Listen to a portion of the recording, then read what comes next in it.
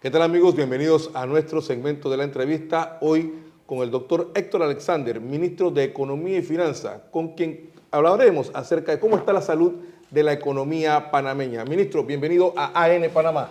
Gracias, un placer estar con ustedes. Ministro, vamos a empezar preguntándole cuál es la situación de la economía panameña en este 2024 y tras el cierre del 2023. Bueno, yo creo que lo primero que a mí sí me gustaría realzar es el hecho de que nosotros tenemos un programa que nosotros articulamos, ¿no? Es para la reactivación de esta economía del año 2020, ¿no? Que se ha ido cumpliendo bastante bien, ¿no? Así que este año vamos a estar teniendo una tasa de crecimiento interesante, que no con el potencial que hubiéramos tenido si no hubiera sido por el tema del cierre de la mina. Así que nosotros esperamos que vamos a estar creciendo no menos del 2.5%. Pero la buena noticia es que esperamos que para el próximo año nosotros estemos tomando o retomando tasa de crecimiento no menos del 4%. Perfecto. ¿Cuánto impactó el cierre de la mina, ese crecimiento económico en el año 2023? Bueno, nosotros hubiéramos podido haber crecido más del 5%. No, así quizás 5,5%. Así que lo que ha hecho la mina es que ha reducido ese crecimiento a la tasa que nosotros estamos estimando que se va a tener de no menos del 2.5%. Y en el 2023 pudimos haber crecido, si no hubiésemos tenido el cierre, mucho más. Fácilmente no menos del 5,5%. Eso es lo que nosotros estimamos, es correcto. Okay. ¿Cuáles son los sectores que han identificado ustedes aquí en el Ministerio de Economía y Finanzas que pueden ser los nuevos impulsores del desarrollo económico de Panamá? Bueno, primero que todo tenemos impulsores que siguen siendo importantes, Claro, ¿no? Que son los que nos movieron la economía en el año 23 y también, ¿no?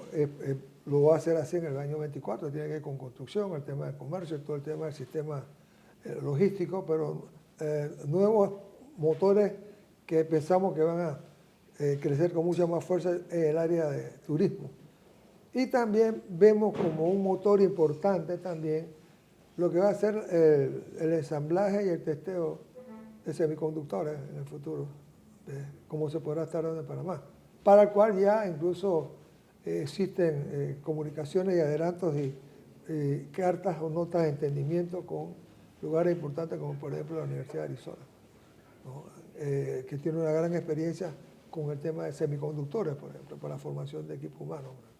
Ministro, hay un tema muy importante que es el tema también de la deuda. Se habla mucho de la deuda que ha crecido en 19.000 millones. ¿Cómo ha crecido realmente y cuál es la explicación que usted tiene para este tema? Bueno, en el tema de la deuda, realmente nosotros pudiéramos decir que ha crecido en forma importante, esto no quepa la menor duda. ¿Y por qué sucedió eso? Nosotros no tenemos banca central. Como no tenemos banca central, nosotros, como decía, a partir del año 20, nosotros hicimos una estrategia financiera, una estrategia fiscal. Esa estrategia implicaba traer una gran cantidad de recursos de afuera para inyectarlo a la economía panameña y ayudar para la recuperación económica, cosa que así se ha dado.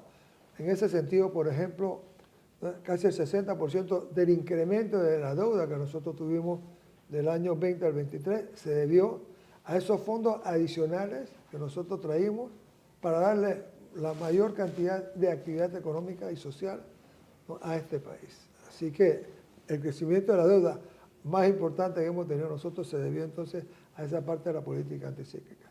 Si no hubiera sido por esa política o lo que pasó con la pandemia y los efectos que tuvo bastante profundos en nuestro país, la deuda hubiera crecido muy poco, quizás 20-25%. ¿Cuánto de esa deuda pertenece a ese periodo anticíclico o a esa inversión anticíclica? Del crecimiento de la deuda que estamos hablando, creo que es como 19.000 millones, como 9.000 millones, prácticamente la mitad del incremento de la deuda se debe a la política anticíclica. Así que nosotros hemos tenido un aumento de la deuda mucho menor. Ahora, hay que ver qué pasó realmente. La economía panameña del año 19 al 23 ha sido la que más ha crecido en promedio de toda la región.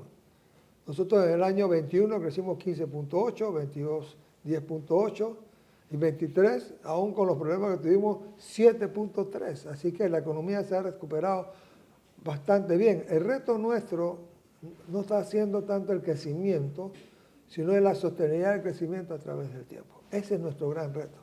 Yo a veces escucho que se habla de hay que reactivar la economía, en fin. creo que la estrategia debe estar centrada en tener la capacidad de sostener fuertes crecimientos, ¿no? A través del tiempo en el futuro. Ministro, otros indicadores como el desempleo, la pobreza y la inflación, ¿cómo se han mantenido en estos 5 años? El tema de desempleo y pobreza, ambos han ido en sentido contrario realmente que el crecimiento económico, que generalmente es así. El nivel de pobreza ha bajado y también la tasa de ocupación ha bajado y la inflación sigue siendo una de las más bajas, ¿no?, de toda la región y también del mundo. Así que estos indicadores se han portado bastante bien. Ahora, la pobreza ha bajado de forma importante. Eso no quiere decir que no hay una gran tarea con respecto a la pobreza, principalmente, por ejemplo, en las áreas rurales y en las áreas indígenas, por ejemplo, donde hay una predominancia de pobreza muy profunda. O sea, tenemos grandes retos, pero también es importante que en el caso nuestro, ¿no?, tenemos un nivel de pobreza más bajo que la región y la pobreza ha ido bajando. Incluso si uno la mide a partir de 2004 a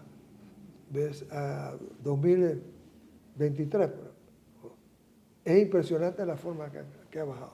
Ahora, ¿que nos hubiera gustado que bajara más? Por supuesto que sí. Y yo creo que ahí es donde están los grandes retos que nosotros tenemos. Ver cómo podemos seguir bajando con mucha fuerza el nivel de pobreza, pero me gusta hablar, más que bajar el nivel de pobreza, me gusta hablar mucho más de cómo nosotros podemos crear las condiciones más bien para la movilidad vertical de nuestra población, que es lo que más nosotros quisiéramos. Ministro, hay un tema que ha estado en la opinión pública en los últimos días y es el tema del Fondo de Ahorro Panamá. ¿Cómo se encuentra en estos momentos ese fondo?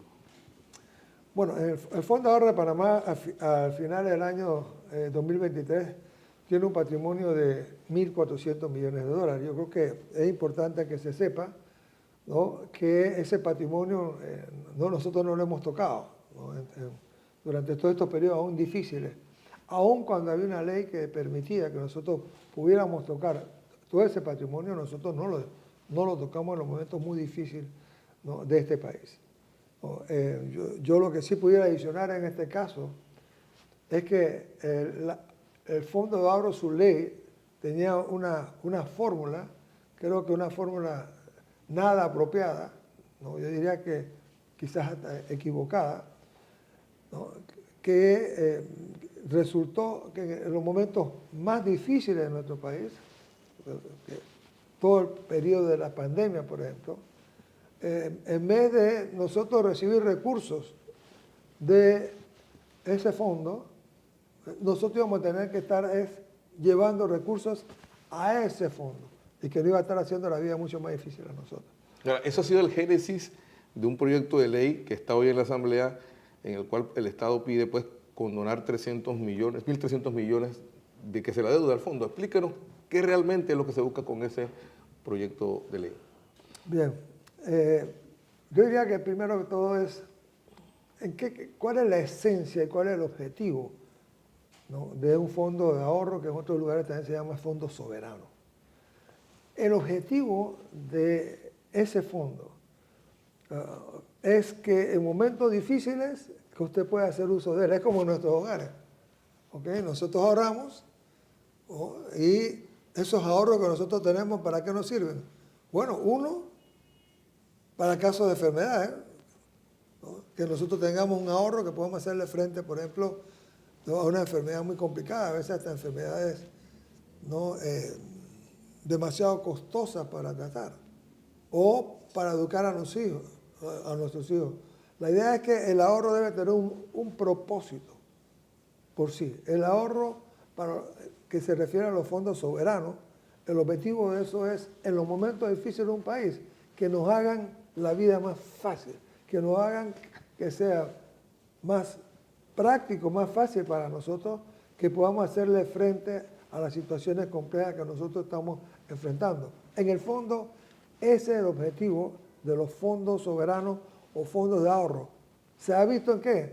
En muchos de los países que tienen fondos soberanos en el mundo, casualmente jalaron muchos recursos de esos fondos para hacerle frente a las profundidades de los problemas que se le presentaron económicos y sociales durante la pandemia.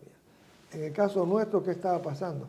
Por una fórmula equivocada, en vez de un fondo que esté proveyendo recursos a un país que lo necesitaba para hacerle frente a sus problemas, resultaba entonces que el gobierno nacional tenía que estar entonces enviándole más de 1.000 millones en ese momento difícil casualmente a este fondo. Así que lo que nosotros... Lo que se busca es corregir entonces un error. Sí, lo que buscamos es corregir un error de fórmula realmente que haga que incluso ojalá que en el futuro no suceda que volvamos como problemas como este y en vez que el fondo esté ayudando a hacerle frente con mucha más profundidad, mucha más eficiencia a los problemas sociales, resulta no, que en ese momento que más necesitamos la ayuda del fondo es el momento en que nosotros entonces vamos a tener que estar mandándole recursos al fondo, ¿no?, para aumentar sus ahorros. ¿Esta decisión del proyecto de ley estuvo consultada o estuvo informada a la Junta Directiva del Fondo de Ahorro? Nosotros el año pasado sí estuvimos conversando con la Junta Directiva del Fondo de Ahorro casualmente sobre las cosas que queríamos hacer. Así es. ¿Cuánto ha crecido el Fondo de Ahorro desde su creación? Creo que fue en el año 1995 a la fecha. Bueno, es muy interesante. Mira, el Fondo de Ahorro que empezó como Fondo Fiduciario para el Desarrollo, sí, en el 95, sí, se alimentó de 1.200 millones de dólares que vienen de las privatizaciones. Y hago contar que en esa época muchos países con las privatizaciones se gastaban todo el dinero. Panamá dio un ejemplo de poner montos importantes en un fondo fiduciario de desarrollo. Bueno, desde esa fecha hasta acá, que van 27 años, el fondo ha aumentado de 1.200 millones a 1.400 millones. ¿Qué significa esto? Bueno, que los gobiernos no se ha hecho la tarea que se debe hacer para verdaderamente capitalizar ese fondo, para que en momentos como el que nosotros estábamos pasando, ¿okay?, en vez de nosotros tener que enviar recursos al fondo, pudiéramos haber recibido muchos más recursos del fondo, ¿no?, para entonces poder impactar muchas soluciones desde el punto de vista económico-social con mucha más fuerza que la que podíamos nosotros estar realizando. El proyecto de ley que busca controlar los 1.300, o sea, no se le va a pagar nada al Fondo de Ahorro Panamá, o hay algún aporte que sí se le va a hacer, y cuándo se va a reactivar los aportes entonces al fondo. Bueno, lo que se estaría programando es las deudas que hay del 18 y 19 se estarían pagando, ¿no? Entonces, había las deudas que tienen que ver ya con periodos muy difíciles por los que nosotros estaríamos pasando, o sea, será 2021. Que fueron casualmente, como hubo en otros países, que no pudimos aportarla para aumentar el patrimonio del fondo, ¿no? Esa no se estará pagando, pero a partir del año 25, ¿no?, se está planteando un esquema en que todos los años se estaría haciendo, ¿no?, un traspaso de fondos, en este caso 200 millones, al fondo de ahorro, ¿no?, y más allá de cierto número de años, creo que a partir de 2034, esos 200 millones por año pasarían a ser 250 millones por año, por ejemplo. Así que eso sería. Pero hay una cláusula que tenía ese proyecto, la ley, que la quitamos nosotros incluso sin que nos la haya pedido la Junta Directiva del Fondo de Ahorro, que decía que después que el Fondo de Ahorro tuviera un capital de cierto porcentaje de la producción del país, del Producto Interno Bruto, todos los rendimientos que diera ese fondo pasarían a poder del Estado. Yo quité esa cláusula. La idea era de que el fondo se siga capitalizando siempre lo más que pueda. ¿Para qué? Para cuando ese fondo se requiere, parte de ello, por razón de una situación de emergencia nacional muy seria, una caída en el crecimiento económico bastante fuerte también, que el fondo pudiera tener los recursos para entonces que el gobierno pudiera entonces hacerle frente, ¿no?, a sus responsabilidades de alivio económico-social con mucha más fuerza, más profundidad. Ministro, pasamos a otro tema, y el tema de la calificación reciente dada por Fitch. ¿Qué evaluación tiene usted al respecto sobre esa decisión de la calificadora de riesgo? Bueno, creo que hubo varias cosas que han incidido. ¿no? en esa calificación. Para mí, sin lugar a dudas, creo que el tema del seguro social es uno. ¿No? Pero también tiene que ver ya no solo el hecho de que se cerró de un día para otro la operación de una mina, no solo eso, ¿no? Sino el hecho de cómo ese evento pudo haber afectado entonces a la gobernanza, ¿no? de este país con cara también al futuro, ¿no? Para Fitch, ellos están haciendo toda una evaluación de las dificultades que puede pasar el próximo gobierno para hacerle frente, por ejemplo, a temas como la Caja del Seguro Social. E incluso hablan, ¿no? de que si quisieran reabrir la operación de la mina o la producción de la mina, ¿no? lo complejo que sería poder hacerlo en un gobierno que no necesariamente va a tener el apoyo que se pueda requerir, por ejemplo, en la Asamblea, por lo fragmentado que va a estar, e incluso a nivel nacional, ¿no? Así que ellos ven nada fácil para el gobierno que viene, ¿no? Poder tomar medidas como esta con el tema de quizás una gobernanza que ellos ven que se ha debilitado en el país posiblemente. Así que yo diría que esas expectativas que ellos tienen con respecto a, ¿no? con qué fuerza o con qué facilidad va a poder el próximo gobierno solucionar problemas profundos, ellos lo ven como nada fácil para el próximo gobierno también. Y en función de eso, ellos también hicieron su evaluación con respecto ¿no? al tema de la calificación, que no han reducido. Lo que sí es cierto es que del año 2020 nosotros tuvimos un programa, y ese programa financiero y económico es el que se ha cumplido, ¿no? Y eso nosotros sí lo hemos hecho realmente saber. Claro, tenemos tres calificaciones. Una nos bajó, las otras dos. Bueno, las otras dos seguimos siendo grado de inversión. Yo creo que la tarea es que sigamos siendo grado de inversión, que tomemos las acciones que son necesarias para estar seguros que seguimos manteniendo el grado de inversión. Y yo creo que esa es la gran tarea que tenemos, la gran tarea que también tendrá el próximo gobierno. Ahora, teniendo dos a favor y una en contra, ¿qué impacto se genera eso? Dos a favor y uno en contra todavía en todas tus operaciones te están catalogando por el lado del grado, por un buen grado en términos de calificación. Si nosotros pidiéramos otra, entonces sí tendríamos nosotros quizás problemas en el sentido de que, ¿no? Los mercados se nos volverían mucho más difíciles para nosotros, mucho más costosos para nosotros, ¿no? Para acceder a ellos, a términos y condiciones que son las más ventajosas para el país. Así que es, ¿no? por ahí donde por donde uno lo vería, ¿no? Ministro, al terminar el primer trimestre del año, ¿tiene información de cómo se han comportado los ingresos en este primer trimestre? Bueno, lo interesante de este año, ¿no? Lo reconocemos, había una percepción de que en qué medida nosotros estábamos sobreestimando los ingresos en el año, ¿no? 2024. La buena noticia es que en enero se cumplió con la meta de enero. En febrero cumplimos con la meta de febrero y en marzo cumplimos con la meta de marzo, que tiene que ver con ingresos corrientes. Lo que se está dando es, ¿no? y se puede observar, es que no solo hemos cumplido la meta con respecto a los 3 meses, sino además de eso, el crecimiento de los ingresos corrientes, tributarios y no tributarios, ha sido bien importante con respecto, ¿no? al año pasado, que está más arriba del 20-24%. Muy bien, ministro. Vamos a ir cerrando nuestra entrevista haciendo algo que yo le denomino el ping-pong. Yo le voy a decir palabras o frases y usted me va a responder con una sola palabra inmediatamente. Listas negras. Nada buenas. Chicago Boys. Orgulloso de serlo. Superávit.